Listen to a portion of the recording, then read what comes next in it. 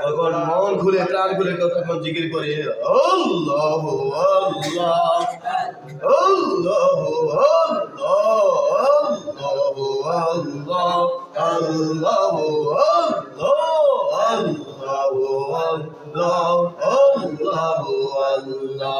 আল্লাহু আল্লাহ আল্লাহ Allahu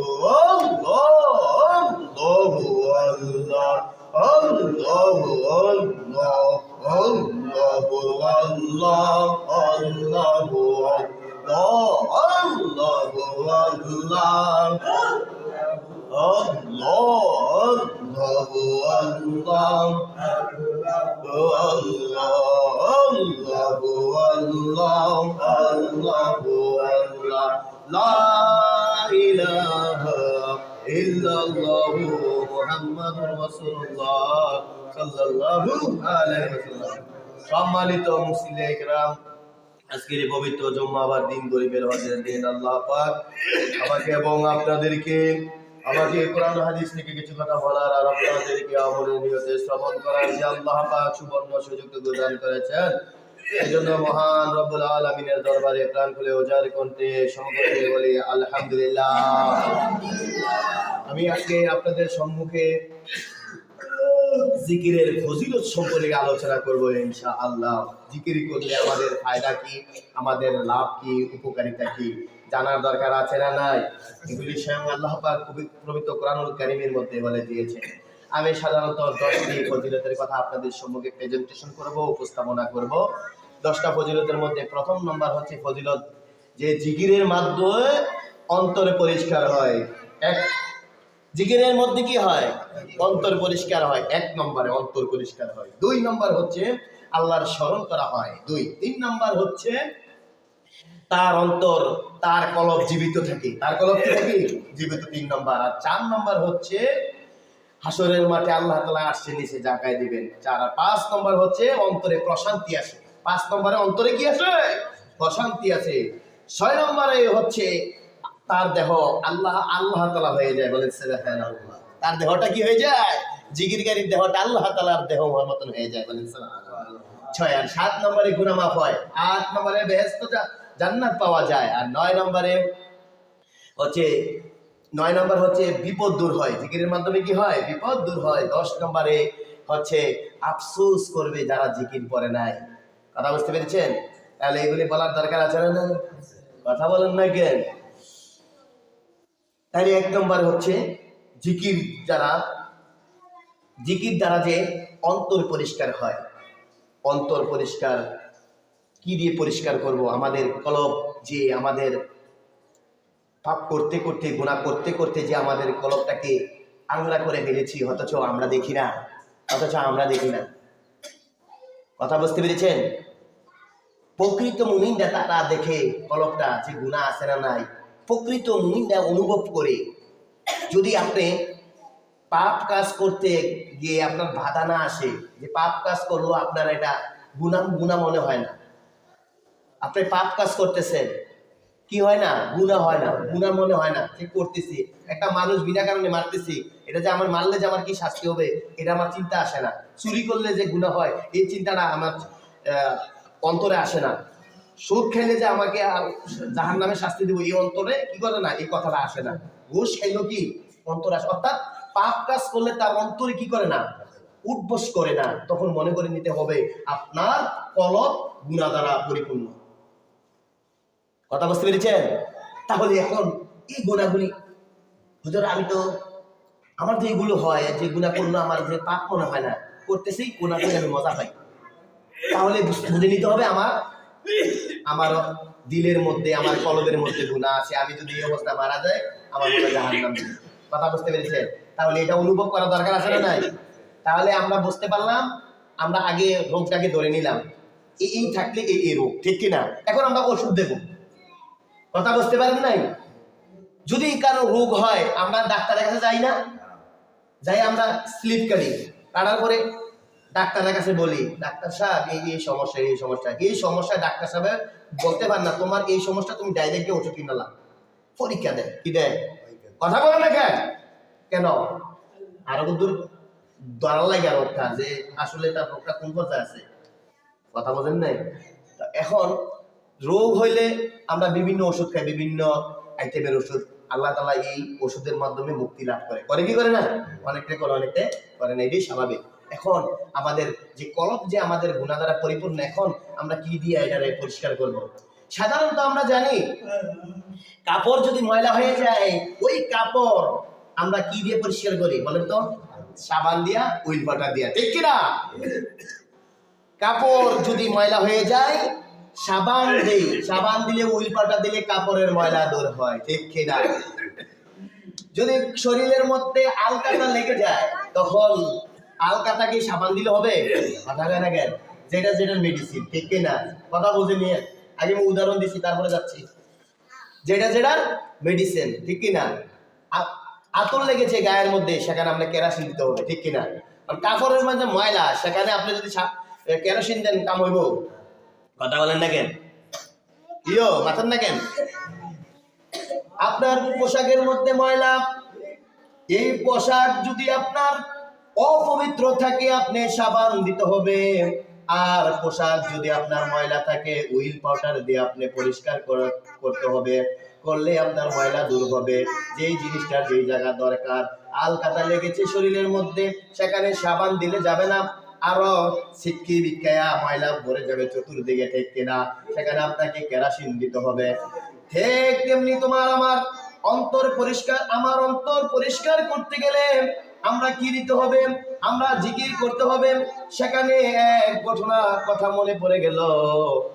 এক মাওলানা ওয়াজ করতেছিল, আরেক সিধা লোক আছে না নাই সমাজের মধ্যে? সিধা কথা বলেন না কেন? বোঝে না তো। সে কি করছে? মাওলানা বলেছে ওয়াজের মধ্যে, দেখো সাবান দিয়া, উইল ওয়াটার দিয়া কাপড় পরিষ্কার হয়, আর আলকাতা লাগলে কেরোসিন দিবা। আর যদি অন্তরের মধ্যে গুনাহ থাকে, তাহলে জিকির করবা। তো অনেক মলক করে কি করছে, উইল ওয়াটার নিচে নিয়ে সেটা খাইছে, সাবান দেয়া খাইছে। ও তুই খাইছ কেন? কয় আমার না কইছে যে সাবান খাইলে আর সাবান দিয়া আর উইল ওয়াটার ব্যবহার করলে অন্তর ময়লা দূর হয়। কয় আরে তোর তো বোকা, এটা বলে না, তোর কইছে সাবান আর উইল ওয়াটার তোর কইছে কাপড়ে লাগাইতি, তুই কি খাইলে হইব? খাইলে হইব নি? এটা বিষয় না, খেয়ে ফেলছে। মানে ময়লা দূর করার জন্য যদি আমি সাবান আর উইল ওয়াটার খাই, কাম হইব? কথা বলেন না কেন? তাইলে কি করা যাবে? তাহলে আমাকে কি করতে হবে? জিকির করতে হবে। কি করতে হবে? জিকির করতে হবে। তাহলে আমার আপনার অন্তরের ময়লা কি হবে? দূর হবে। আল্লাহর হাবিব আল্লাহ তাআলা পবিত্র কালামুল্লাহ শরীফের মধ্যে বলেছেন, আল্লাহ তাআলা বলেছেন, ইন্নামাল মুমিনুল্লাযীনা ইযা যুকিরাল্লাহু ওয়াজিলাত কুলুবুহুম ওয়া ইযা তুলিয়াত আলাইহিম আয়াতুহু ওয়াজাদাতুহুম ঈমানা। ওরে বান্দা, তুমি যদি জিকির করো, তোমার অন্তরের ময়লা দূর হবে। অন্তরের ময়লা শুধু দূর নয়, তখন তোমার তোমার তোমার কি হবে? তোমার ঈমান বৃদ্ধি পাবে। বলেন সুবহানাল্লাহ। আল্লাহ পাক বলেছে, ইন্নামাল মুমিনুল্লাযীনা, তারাই প্রকৃত মুমিন যখন আল্লাহর নাম স্মরণ করা হয়, ওয়াজিলাত কুলুবুহুম, আল্লাহর নাম স্মরণ করাতে তার অন্তর কেঁপে ওঠে, তার অন্তর বিচলিত হয়ে যায়। আল্লাহর নাম স্মরণ করার সঙ্গে সঙ্গে জাহান্নামের কথা, আগুনের কথা যদি বলি, ইমানদারের অন্তর কেঁপে ওঠে। সাহাবারা কান্না পর্যন্ত করত। আজকে আমাদের চোখের পানি এত শক্ত হয়ে গেল, কিন্তু বিন্দু পরিমাণ চোখের পানি ভরে না জাহান্নামের ভয়ে, ঠিক কিনা? কথা বুঝেন? কারণ এই জন্য পানি পড়ে না যে আমাদের অন্তরটা যে গুনাহ দ্বারা পরিপূর্ণ। কথা বুঝতে পেরেছেন? অন্তর পরিপূর্ণ, গুনাহ দ্বারা পরিপূর্ণ হলে চোখে পানি আসবে না। কথা বুঝতে পেরেছেন? আল্লাহ তাআলা ইন্নামাল মুমিনুনাল্লাযীনা ইযা যুকিরাল্লাহ, যখন আল্লাহ, তারাই তো প্রকৃত মুমিন যখন আল্লাহর নাম স্মরণ করা হয় অন্তর কেঁপে ওঠে। জাহান্নামের কথা বলা হয়, অন্তর কেঁপে ওঠে। যখন ওই বান্দা যদি পাপ কাজ করতে যায়, তখন তে চিন্তা করে, আমি চুরি করতাম গেলাম ওই ঘরের মধ্যে, এটা সেটা মোবাইল চুরি, মনে করেন যে কোনো একটা চুরি করতাম গেলাম, তখন প্রকৃত মুমিনরা চিন্তা করবে, ওই ঘরের মহিলা নাও দেখতে পারে, ওই ঘরের পুরুষ কোনো লোক নাও দেখতে পারে।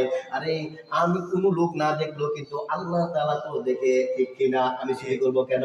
কেউ যদি পরকিয়া করতে চায় নিজের স্ত্রী থইয়া, তো যে দল চিন্তা করবে আমার স্ত্রী আছে আমি আরেকটা জায়গায় যাই কেন, ঠিক কিনা? এই আল্লাহর কথা স্মরণ করে যদি কি হয়ে যায়, বিরত থাকে এরকম।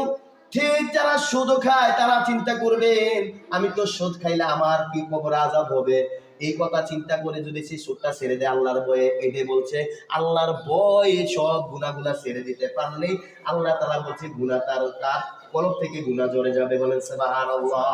তারাই তো প্রকৃত মুমিন, যারা আল্লাহর নাম স্মরণ করে, ওয়াজ কালাম করে এবং কোরআন তেলাওয়াত করে, তাদের সম্মুখে তাদের গুনাহ মাফ হয়ে, তাদের কলবের গুনাহ মাফ হয়ে তাদের ঈমান বৃদ্ধি পায়। বলেন সুবহানাল্লাহ। ওয়াইযা তুলিয়াত আলাইহিম আয়াতুহু ওয়া যাদাতুহুম ঈমানা। যাদের সম্মুখে কোরআনের কথা বলা হয় এবং হাদিসের কথা বলা হয়, কোরআন তেলাওয়াত করা হয়, ওয়া যাদাতুহুম ঈমানা, তাদের অন্তরে কি হয়? ঈমান বৃদ্ধি পায়। বলেন সুবহানাল্লাহ। কার কথা? স্বয়ং কার কথা? স্বয়ং আল্লাহ তাআলার। আনফাল ৮ নম্বর সূরা ২ নম্বর আয়াত। কত নম্বর আয়াত? ২ নম্বর আয়াতে আল্লাহ বলছে। তাহলে গেল কয়টা কারণ? একটা। এক নম্বরে কি বলেন তো? অন্তরের ময়লা দূর হয়, ঈমান বৃদ্ধি পায়। বলেন তো কি হয়? অন্তরের ময়লা দূর হয়ে ঈমান বৃদ্ধি পায়, ১ নম্বর।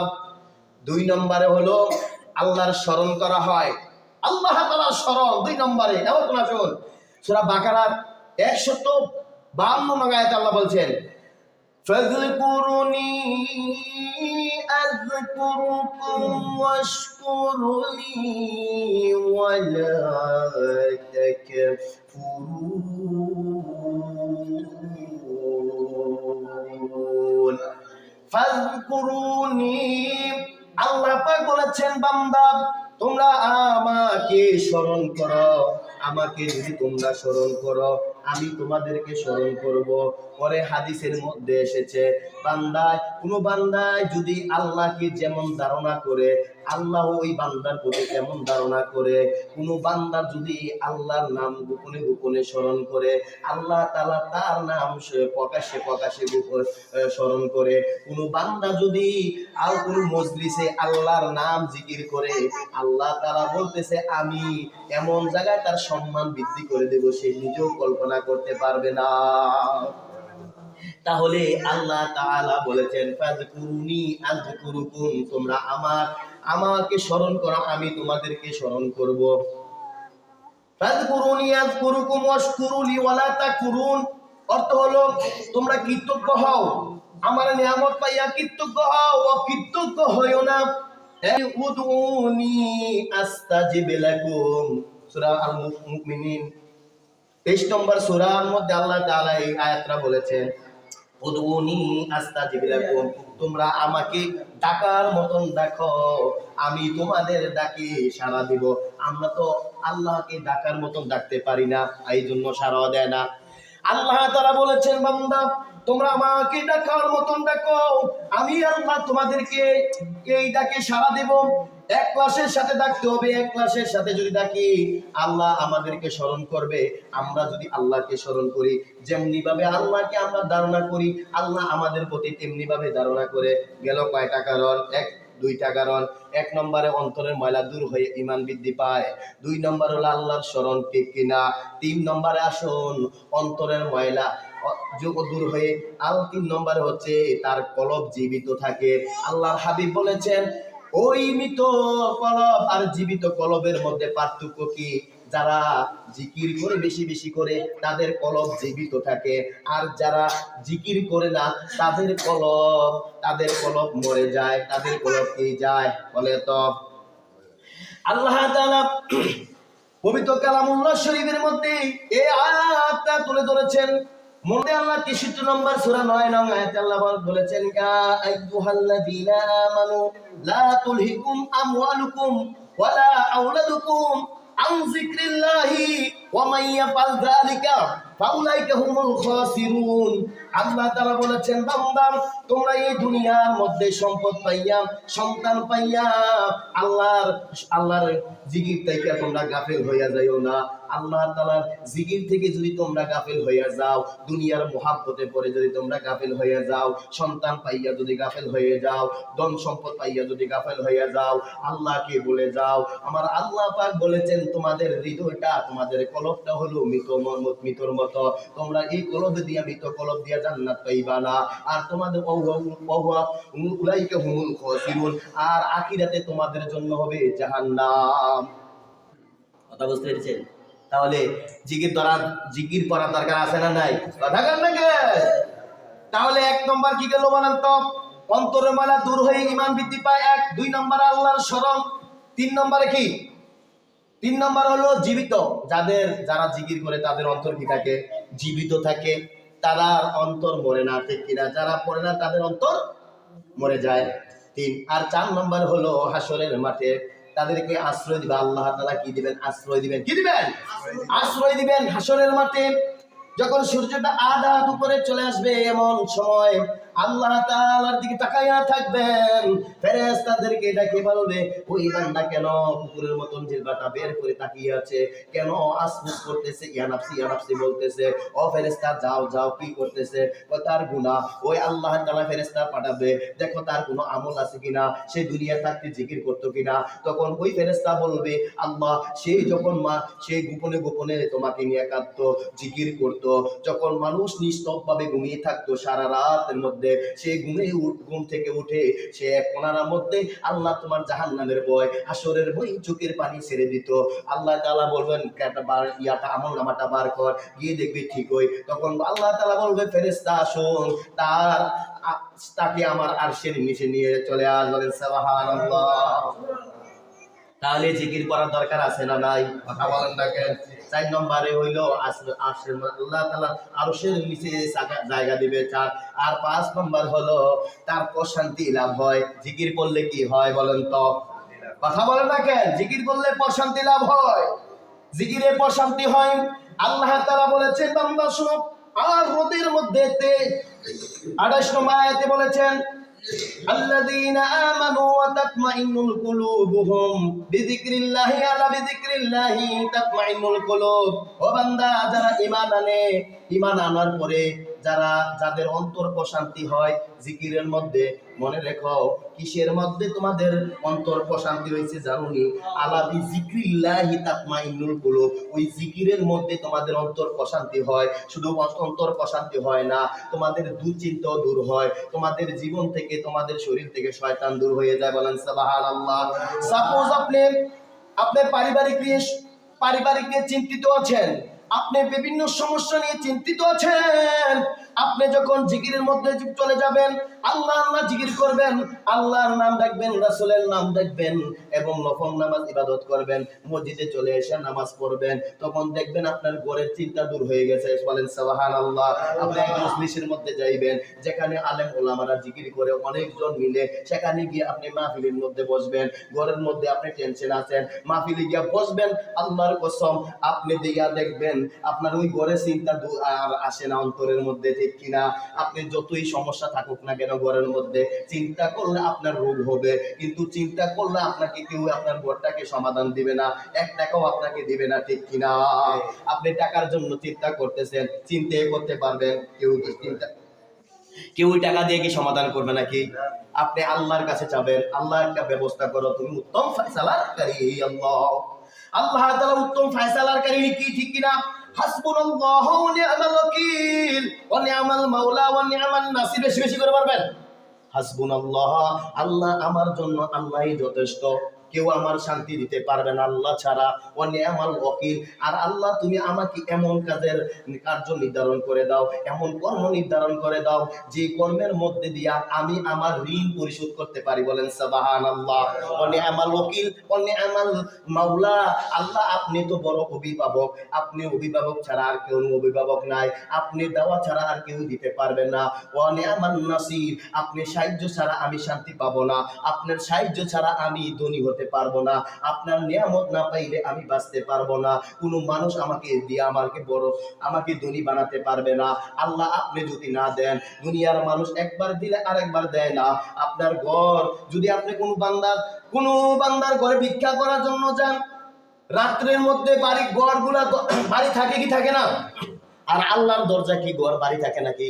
আল্লাহ তাআলার ঘর যত গভীর হয় তত দরজা আরো প্রশস্ত হয়ে যায়। বলেন সুবহানাল্লাহ। কথা বুঝতে পেরেছেন? তাহলে আমাদের প্রাপ্তির জন্য কে যথেষ্ট? আমার আল্লাহ তাআলা যথেষ্ট, ঠিক কিনা? প্রশান্তি লাভ হয়। তাহলে ৫ নম্বরে প্রশান্তি। ৬ নম্বরে হচ্ছে আল্লাহ তাআলা বলতেছে যারা জিকির করে তার দেহটা আমার হয়ে যায়। বলেন সুবহানাল্লাহ। আল্লাহ তাআলা বলেছেন বান্দা তোমরা জিকির করবা কখন কখন? ইয়া আইয়ুহাল্লাযীনা আমানু যকুরুল্লাহা যিকরান ওয়া কাসীরান ওয়া সাব্বিহুহু বুকরাতান ওয়া আসীলা। আল্লাহ তাআলা বলেছেন বান্দা তোমরা সকালে সন্ধ্যায় সর্ব অবস্থায় আমার জিকির করো, আর আমার সর্ব অবস্থায় যদি আমার জিকির করো, আমি কথা দিলাম তোমার দেহটা তোমার নয়, এই দেহটা হলো আমার। বলেন সুবহানাল্লাহ। ওর বান্দা কিভাবে তোমরা জিকির করবা? আল্লাহ তাআলা পবিত্র কালামুল্লাহ শরীফে জানিয়ে দিয়েছেন। আবার অন্য জায়গায় এই আয়াতটা আল্লাহ তাআলা বলেছেন যে আহজাবের 33 নম্বর সূরা 41-42 নম্বর আয়াতে আল্লাহ বলেন ইয়া আইয়ুহাল্লাযীনা আমানু যকুরুল্লাহা যিকরান কাসীরান ওয়া সাব্বিহুহু বুকরাতান ওয়া আসীলা। সকাল সন্ধ্যা সর্ব অবস্থায় জিকির করো। আবার আরেকটা আয়াত আল্লাহ বলেছে সূরা ইমরান 3 নম্বর সূরা 191 নম্বর আয়াতে আল্লাহ বলেছেন বান্দা যারা জিকির করে আল্লাযীনা ইয়াযকুরুনাল্লাহা কিয়ামান ওয়া কুউদান ওয়া আলা জুনুবিহিম ওয়া ইয়াতাফাক্কারুনা ফি খালকিস সামাওয়াতি ওয়াল আরদ। আল্লাহ তাআলা বলেছেন বান্দা তোমরা যদি বসে জিকির করতে তোমাদের অলসতা লাগে, তাহলে তোমরা দাঁড়াইয়া হেঁটে হেঁটে জিকির করো। তোমাদের যদি কোনো কাজকর্ম জরুরি থাকে, তাহলে বসে না বসে তোমরা হেঁটে হেঁটে বাড়িতে যে যাও জিকির করে যাও। আর তোমাদের যদি কাজকর্ম না থাকে, তাহলে বসে বসে তুমি আল্লাহর নাম এবং রাসূলের নাম স্মরণ করো, তাহলে তোমার ঈমান বৃদ্ধি পাবে। তাহলে এতে বোঝা গেল বসেও জিকির করা যাবে, দাঁড়িয়েও জিকির করা যাবে। আর বান্দা তুমি বসে পারতেছো না, দাঁড়িয়ে পারতেছো না, এখন তুমি শুয়ে আছো, তুমি অসুস্থ হয়ে আছো, তুমি মনে মনে আল্লাহকে ডাকো, আল্লাহর জিকির করো, রাসূলের জিকির করো। সব আল্লাহ তাআলা বলেছেন 3টা পর্যায়ে জিকির করা যায়। বসে বসে, দাঁড়িয়ে হেঁটে হেঁটে, আবার ঘুমিয়েও কি করা যায়? ইবাদত জিকির করা যায়। তাহলে এতে বোঝা গেল সর্ব অবস্থায় জিকির করলে আল্লাহ তাআলা বলেছেন ওরে বান্দা এই দেহটা তোমার নয়, এই দেহটা আমি আল্লাহর। ওরে বান্দা তুমি যে পাও দিয়ে হাঁটো, তোমার পাও দিয়ে হাঁটো না, স্বয়ং আমার পাও দিয়ে হাঁটো। ও বান্দা তুমি যে হাত দিয়ে কাজ করো, তোমার হাত দিয়ে কাজ করো না, আমার হাত দিয়ে কাজ করো। ও বান্দা তুমি যে চোখ দিয়ে দেখো, এই চোখ তোমার নয়, এই আমার চোখ দিয়ে তুমি দেখো। ও বান্দা তুমি যে কান দিয়ে শোনো, তোমার নিজের কান দিয়ে শোনো না, এটা আমার আল্লাহ তাআলার কান দিয়ে শোনো। ওরে এতই বোঝা গেল যারা জিকির করে আল্লাহ ওয়ালা করে, তখন তার দেহটা আল্লাহ ওয়ালা হয়ে যায়। বলেন সুবহানাল্লাহ। তাহলে বুঝতে পারলাম কি কয়টা কারণ বললাম? 6টা কারণ। আর বাকি কয়টা? 4টা মানে আরেক শেষও করা যাবে না, তারপরে সংক্ষেপে শেষ করে দেবো আরেক সামনে জমায়। বেশি দেরি করবো না, শীতকাল তো অনেকে দাওয়াতও যাবে, ঠিক কিনা? ঠিক কিনা? হ্যাঁ, এটি করলাম কোরআনে আয়াতে জিকিরের ফজিলতটা বলছি। এরপরে কি কি জিকির করবেন, কি কি আমল করবেন, জিকির কাকে বলে, কি কি আমল করবেন আগামী উম্মাহ, ঠিক না? ঠিক কি? হ্যাঁ, তো বুঝা গেছে। ঠিক আছে, যারা নামাজ পড়েন না নামাজ পড়বেন।